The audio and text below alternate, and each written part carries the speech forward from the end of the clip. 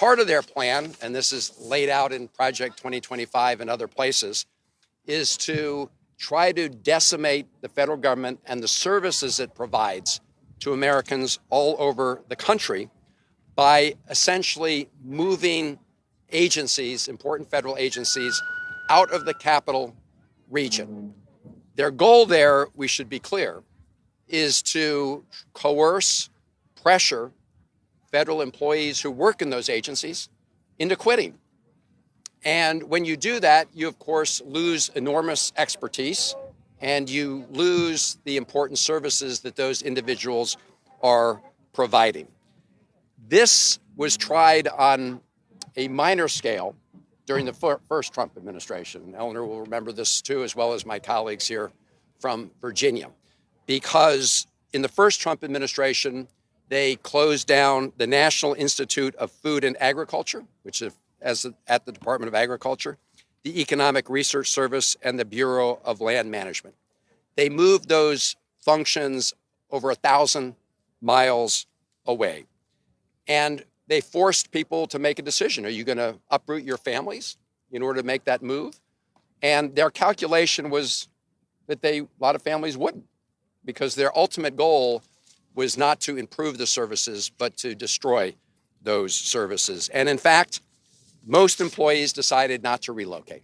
So we've had a real world example of this already. And as a result, the ability of those agencies to carry out their functions was severely undermined and in many cases destroyed.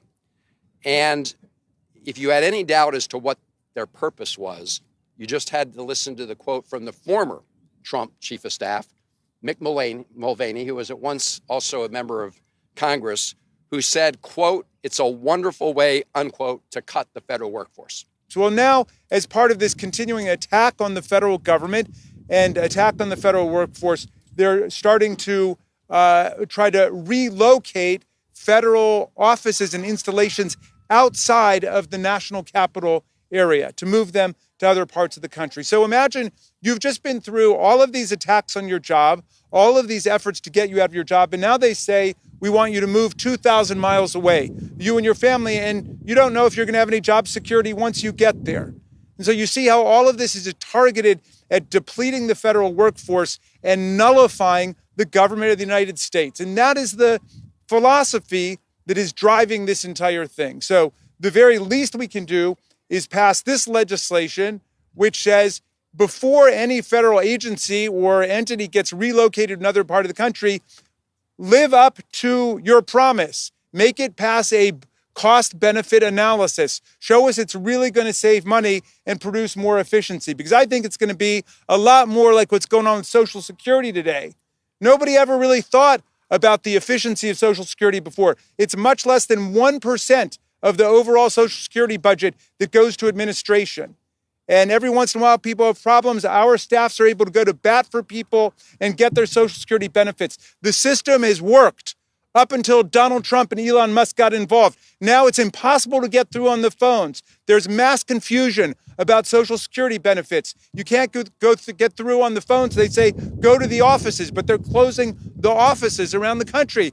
If Vladimir Putin had tried to dismantle and destroy Social Security, he could not be doing a better job than Donald Trump and Elon Musk are doing right now. So they say it's about waste, fraud, and abuse. Well, the first thing they did was they sacked 18 inspectors general whose job it is to ferret out waste, fraud, and abuse in the federal government. They saved us $91 billion last year. The real corruption fighters. Elon Musk hasn't saved us $91. He's taken $38 billion in government contracts, and now he gets to oversee his own contracts. These people are not opponents of corruption. They are agents and instruments of corruption, and they're attacking our government. So we've got to pass this bill. Otherwise, they're going to be relocating everything. The White House is going to end up in Mar-a-Lago, and CIA will be located in the Kremlin before we're done with these people.